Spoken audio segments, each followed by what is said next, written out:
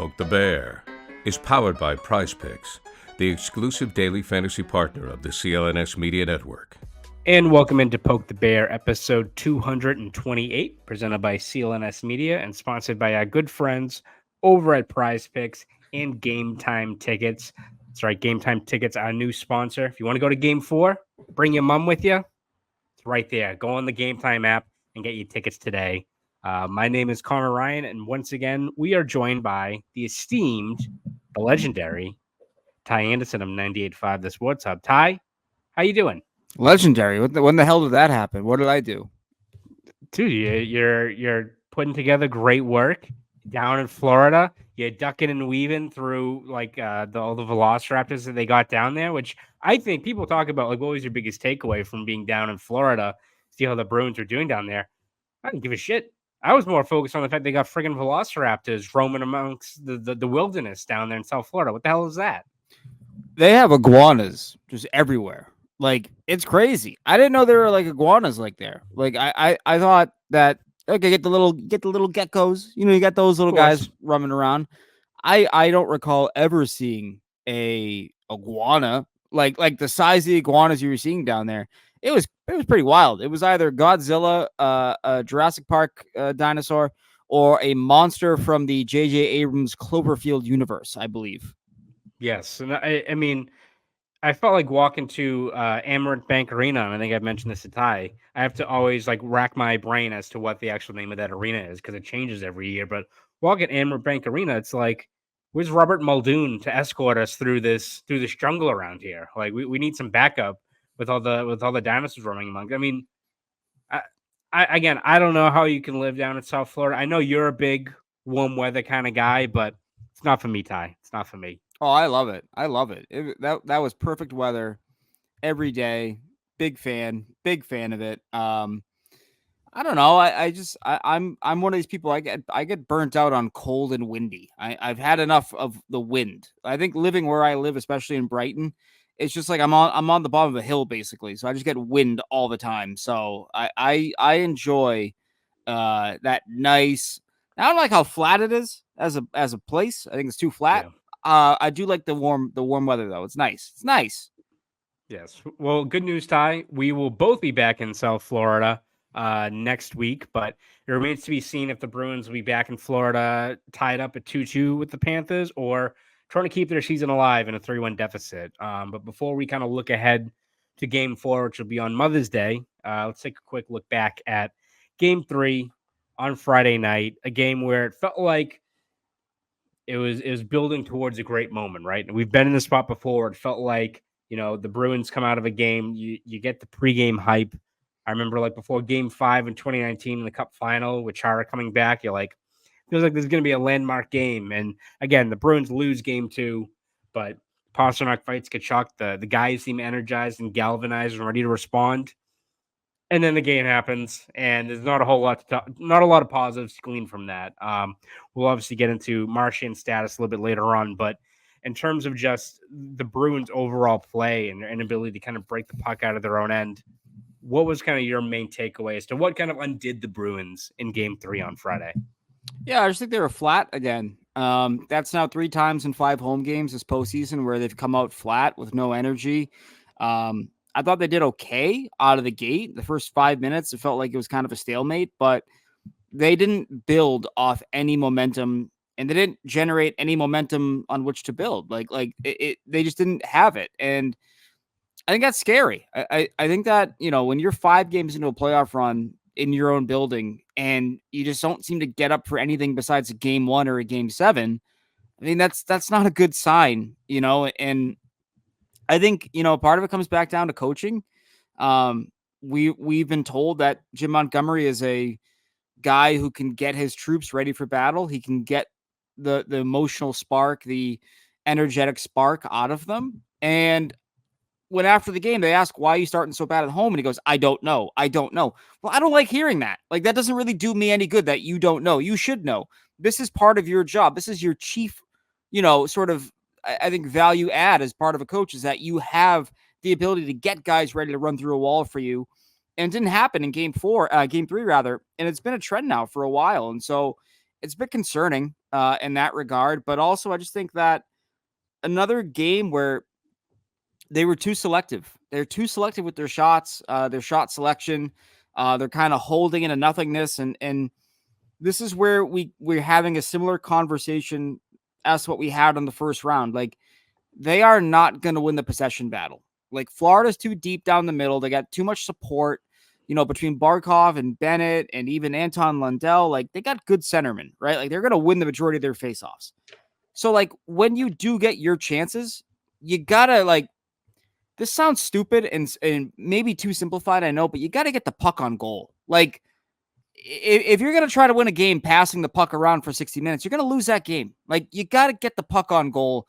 And I think that was the greatest frustration and the greatest glaring sort of weakness that I noticed in the end game one is that when they did get the puck, they weren't making smart enough plays to get it on goal, in my opinion. And I think that was accelerated their undoing in that game, just not getting shots through, getting pucks on goal. It sounds so simple and basic, but when you're going against a guy like Bobrovsky, like, you got to just do that. Like, you got to get the pucks on goal. He's going to stop it.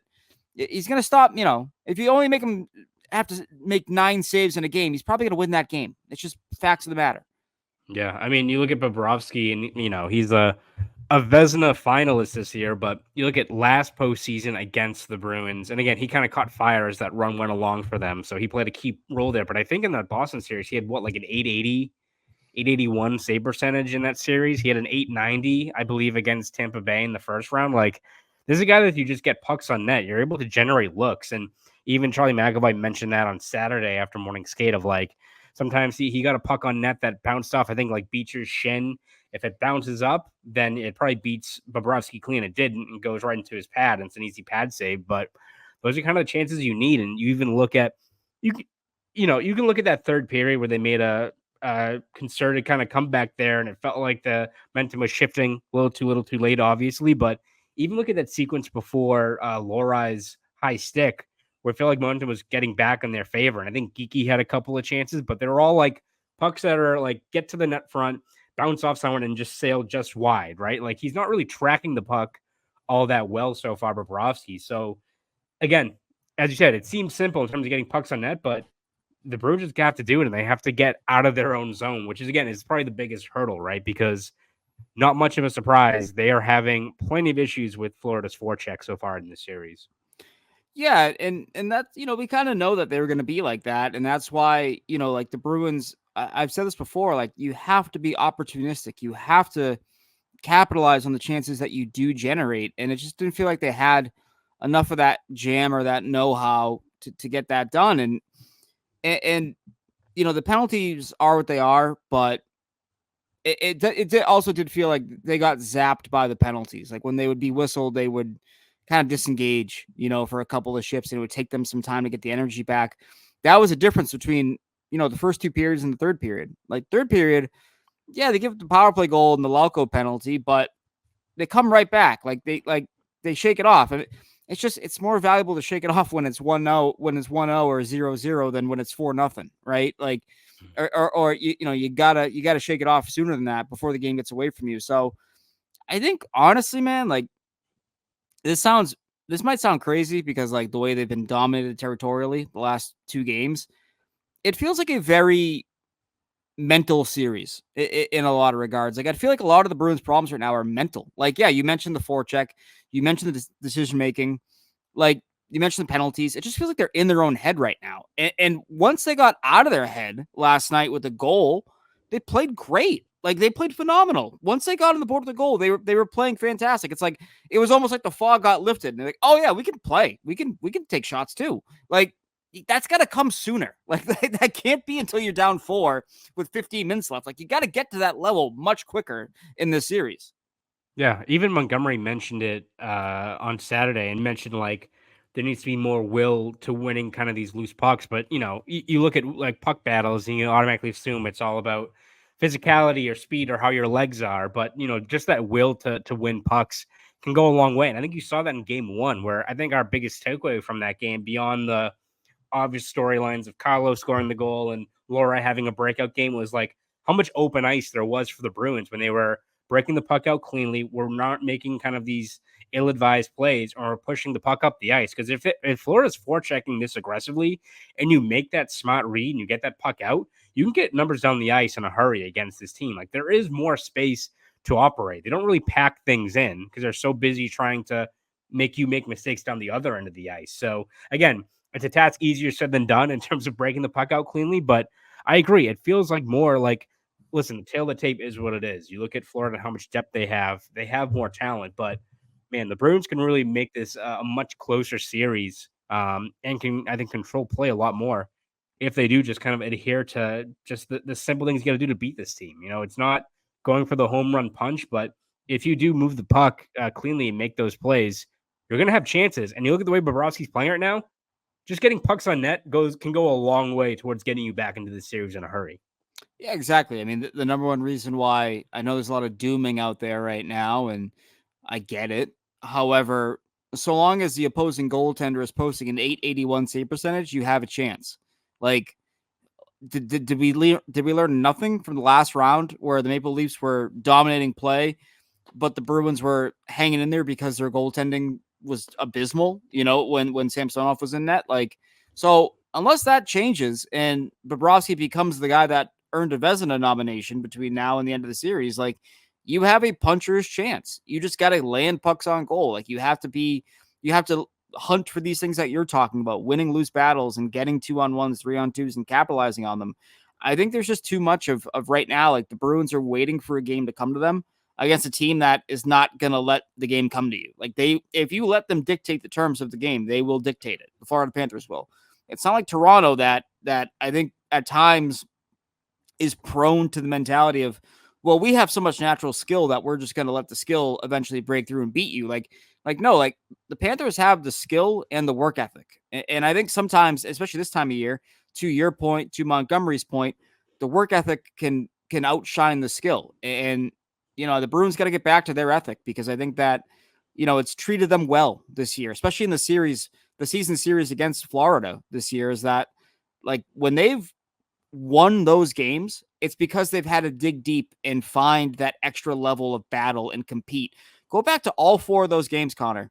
It was competing. It wasn't like, oh, the Bruins are just they're gonna cruise to victory. Like, no, they had to dig deep and compete. And right now, I think there's a challenge being laid down by Jim Montgomery to his team today, basically saying, like, you gotta want it.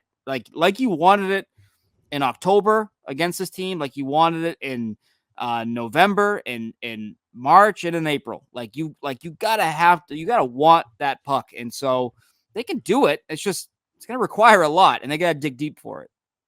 In the words of Frank Costello, the Bruins have to take it in Game 4. They're not going to have it be given to them in terms of what Florida brings them. I was going to go with the many other departed lines, but I feel like that's the most apt. I wasn't going to go with like, hey, you mugs got a light or anything like that. I feel like it wasn't going to fit with what we're going for. But I was going to say, this ain't reality TV.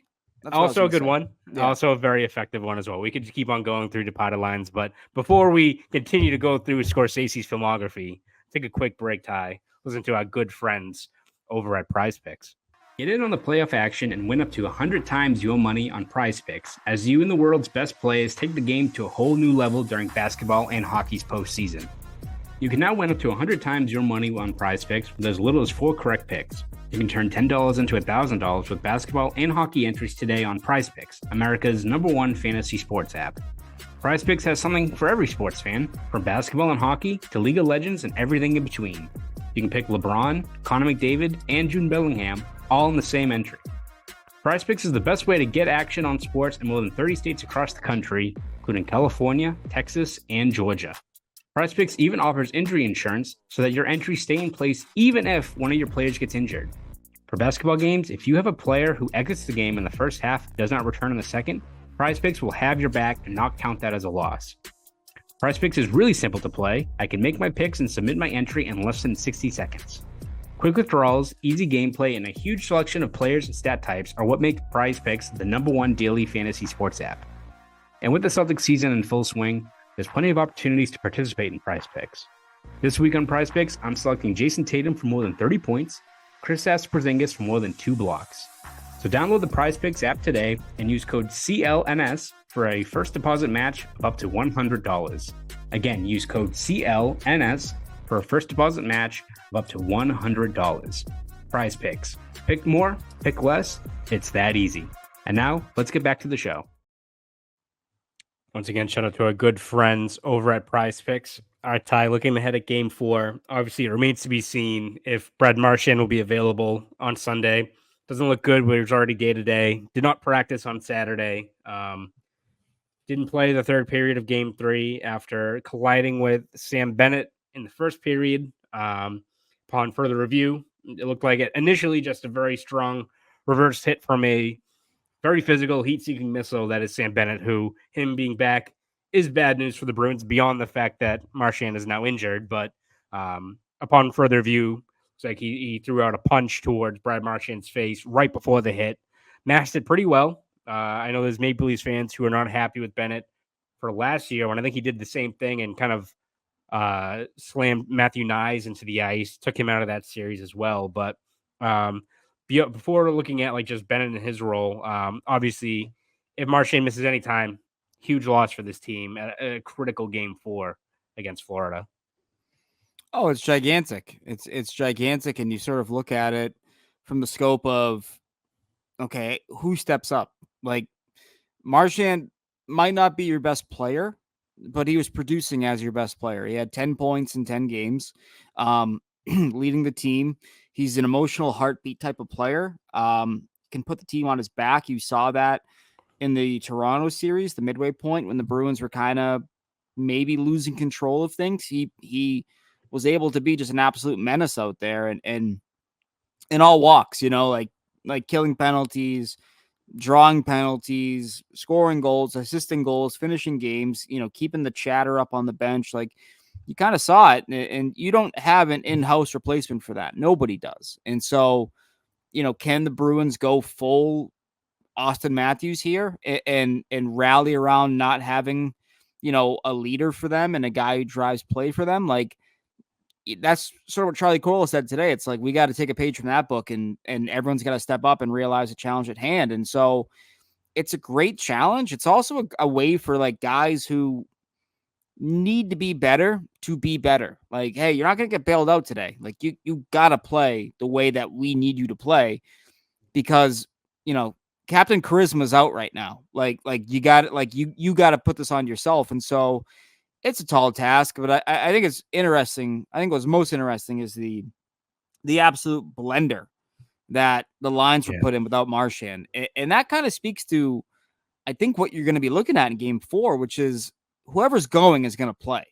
Like, there's not a line I look at and go, oh yeah, that's staying together. Like, those are your top 9. There's a lot of room for maneuvering there, depending on who's going. And this is where Jim Montgomery's got to have that feel for his team, that feel for his bench, and make the right calls, because I think with that grouping, that top 9, there is nothing certain. And just real quick to go through that top 9.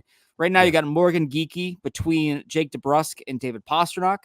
Pavel Zacha is moving back to center, and he has JVR and Justin Brazeau on his wings. We have not seen that line at any point this year.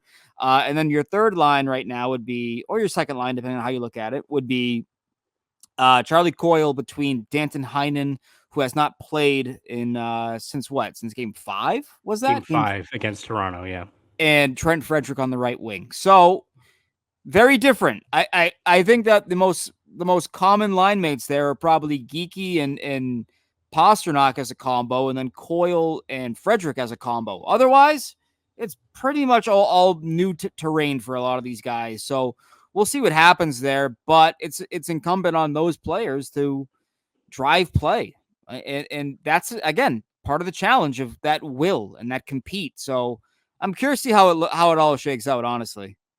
Yeah, I feel like, obviously we've echoed this time and time again, especially in this series, but this is a game where, as you said, everyone needs to buy in. Montgomery's going to go with the guys that are making the most impact. But this is the prime game where you need some of these guys that have been struggling to find their footing to step up, whether that's obviously Charlie McAvoy is a guy we mentioned, but even like Pavel Zacha, who had that bad turnover leading to that first goal.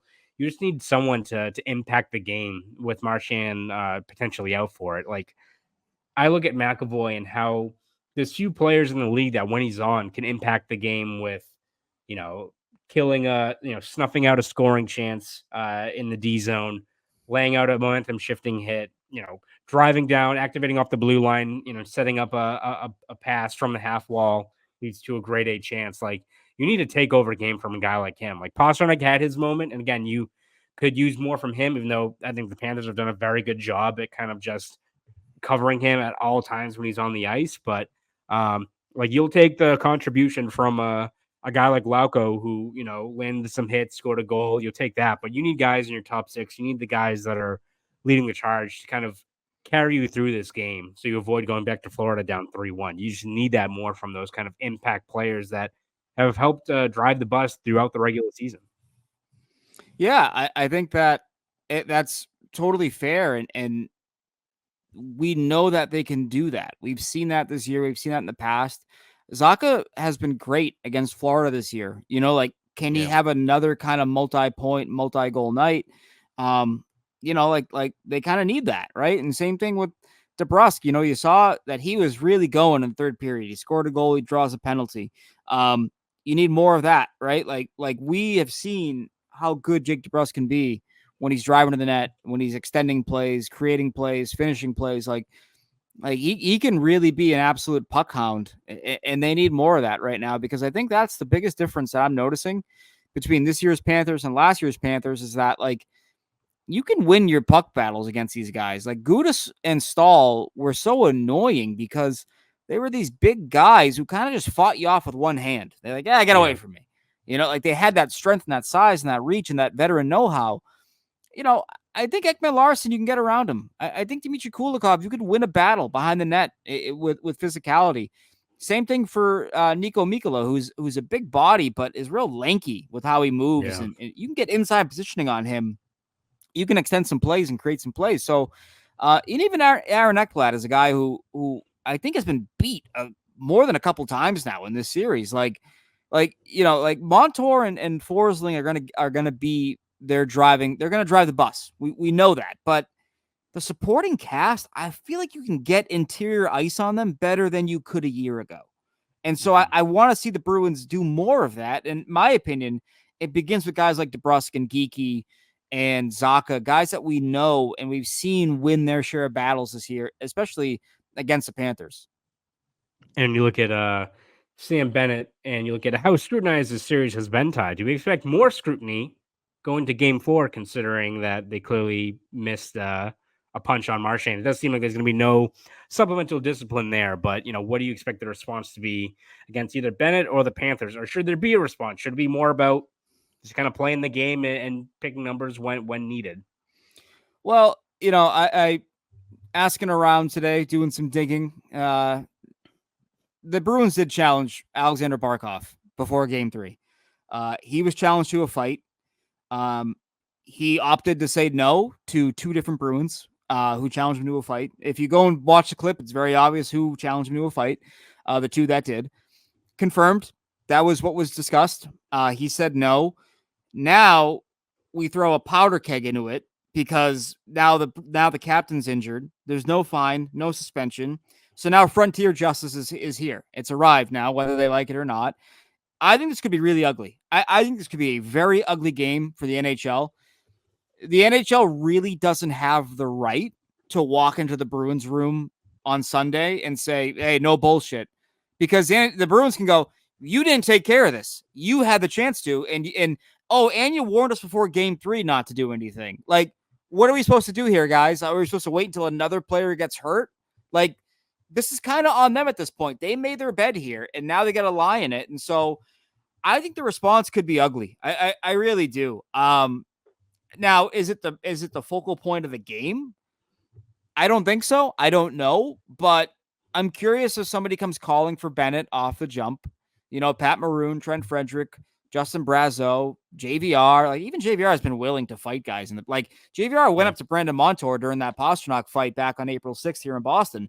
Like, I wonder if they give him the option, or if it's, you don't have the option. You have to do this. Like, this is what we've decided you have to do, because we've seen that before as well. And so I'm really curious to see how it all plays out. But I think the temperature is now only going to ratchet up further. Like, I don't know if it's going to become a sideshow, but there is the distinct possibility that it is because of what has been, in the Bruins' view, mishandling of situations to this point. Yeah. It's also one of those things where, listen, we knew there's going to be bad blood. We know how physical the Panthers are. We knew there was going to be shenanigans in this series, but like, man, it doesn't help when you look at, and this isn't even like looking at from the Panthers perspective. This is from the league's handling and the referees. Like, game 2 became a shit show when they just took out Maroon and Cousins and made an open season for a whole bunch of other shit to break out. And then you look at, like the league is mentioning how they're going to scrutinize this series. But don't worry, all the promos leading up to game 3 are all about, what Maroon said, what Kachuk said, all this stuff. So like, we can't have both ways. We're talking about how exciting this series is, but then you're trying to neuter it. And then what happens in game 3? Marchand gets injured and there's no discipline for it. So the league's going to, if they're going to act shocked over this, who's to blame for it? Are you going to blame the Bruins and Panthers, two very competitive physical teams that clearly don't like each other? I'm not in this series, not the way it's gone. Like, whose fault is it? Sure feels like it's the NHL's. Yeah, exactly. And listen, two things can be true at once. The Bruins can play like ass, and the referees and the leagues can lose control of games. I've seen this happen multiple times. I've seen this happen in multiple lifetimes on multiple timelines. I have seen the NHL lose control of a series and then go, oh, wait, insert massive overcorrection here. Like, if you want my honest opinion, that Lauko penalty in the third period of game 3 is an overcorrection. They're thinking that Lauko is driving the net to try to cause bullshit when I don't think that's what his actual goal was. I truthfully don't. I think it was a guy who didn't have another option. And Lauko drawing back in this first game since game 2 is not going to do that. Is not going to make that kind of play on purpose, in my opinion, and risk being banished to the press box the rest of the playoffs, as long as that may be for him. However, you're not going to convince me, and I'm sorry, you're not going to convince me that the team that took the second most penalties during the regular season and then took 24 in 5 games against Tampa is now committing half the amount of infractions that the Bruins have committed through three games in the series. I simply don't believe it. I have an 87 game track record to look at and say, no, that's not how that's working. And so I hated the geeky penalty in game 3. I thought it was absolute garbage. You see that finish 25 times a game this time of year. It just gets called on him, probably because of the Bruins challenging Barkov off the jump in game 3. Not a reason to give a penalty, in my opinion. And so I think that they have lost control of this series from an officiating standpoint to the point where we are now getting massive overcorrections in over officiating. The Maroon and Cousins misconducts being a great example in game 2. But I don't know. You kind of bring it on yourself at a certain point for the league. You're not going to handle it. Well, then players going to handle it. That's how it goes. That's how it goes. There's been multiple instances in the past that I know of teams basically saying to the league, you got to handle this or we're going to handle it. And you're not going to like how it's handled. Like, that's kind of how it is, right? And so who am I to say, no, the Bruins shouldn't do that? Well, if no one's going to take care of it, would you rather go down swinging or go down sackless? I think I'd rather go down swinging if I'm the Bruins. Yeah, should be an eventful game 4. Ty, before we wrap up this podcast, let's take another quick break here from our friends over at Game Time Tickets. Quick break to tell you about my good friends over at Game Time. I am very excited about the NBA playoffs, and what's awesome is here in Boston, TD Garden is the best atmosphere for a playoff game. Thankfully, we have Game Time, which is an authorized ticket marketplace of the NBA, which makes playoff tickets even faster and easier. Prices on the Game Time app actually go down the closer it gets to the tip-off. And with killer last-minute deals, all-in prices, views from your seat, and their lowest price guarantee, Game Time takes the guesswork out of buying NBA tickets. Maybe it's the NBA playoffs or it's the NHL playoffs. The same is true with the Bruins. TD Garden gets so fun during this time of year, and you want to be there. The Bruins and Celtics are in pursuit of championships, and as the rounds go on, the crowd gets better and better. Nothing beats it. And with Game Time, there's last-minute deals. Save up to 60% off buying last-minute tickets for sports, concerts, comedy, theater. There's flash deals. Save even more with exclusive in-app deals on select seats ahead of the game or event. And there are zone deals. Save even more when you choose a section and let Game Time choose the seats. Again, take the guesswork out of buying NBA tickets and head over to Game Time. Download the Game Time app, create an account, and use code CLNS for $20 off your first purchase. Terms apply. Again, create an account and redeem code, again, CLNS. I can't be more clear about that. Use code CLNS for $20 off. Download Game Time today. Last minute tickets. Lowest price guaranteed. Now, back to the show. Shout out once again to Game Time tickets. All right, Ty. End this one with 2 quick questions for you. Number 1, Ullmark or Swayman in Game 4? What do you got? I'm gonna say it's Swayman, but I think if there's ever a time to go to Ullmark, it's now or you don't at all. I think that's kind of how it looks. I'm curious what you think about this, but I don't know. Like, this would be the rare occasion where you switch up the goalies and it has quite literally 0.0 to do with how the guy you're taking out has played. I think Swayman's been fantastic. Even in losses, I think he's been very good. But it feels like this is the last time you could make that play. Wouldn't you agree? I do agree. Yeah, it's like, I think you look at just where this series has gone and the fact that, as you said, if you take out Swayman, it has nothing to do with his game. Like, you're gonna knock him for the PK collapsing in that Game 3. Look at like just how poor they were defensively in Game 2. Like, I'm not gonna blame any of that on Swayman, who still made a couple of great saves. He robbed pretty much Rodriguez of a hat trick. He had another odd man rush there in Game 3 that he bails out the Bruins for. Also, I think it was McAvoy who was up the ice. So Swayman has not been the issue at all. That being said, like, you can make the case of taking him out and bringing Ullmark as kind of the rallying point for the rest of the team. Like, hey, Swayman's been our MVP. He's the guy who's carried us.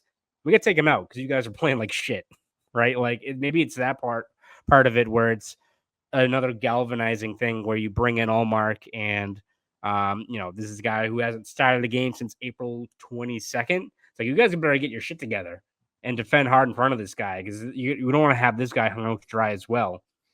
I can see that being the play for the Bruins, but like, I don't know, man. Like, Montgomery even mentioned like he had no message for Swayman because he's a guy that just is playing with will and wants the crease. Like, I don't know, man. If you're trying to dig out of it, I still think Swayman gives you the best chance to win, but it's such a toss up right now, right? Like, I think it is Swayman, but if you're the Bruins, you have to mix things up, and the messages of playing clean with the puck, playing simple hockey is not getting through. Maybe switching goalies is what you have to do to try to right the ship in this series. I mean, I really don't know. Yeah, you're basically saying, like, you just nailed it on the head. Like, you're saying this guy hasn't played in forever. You got to help him out. You can't play the way you've been playing. Like, you got to help him. You got to block shots. You got to play with intensity, play with purpose.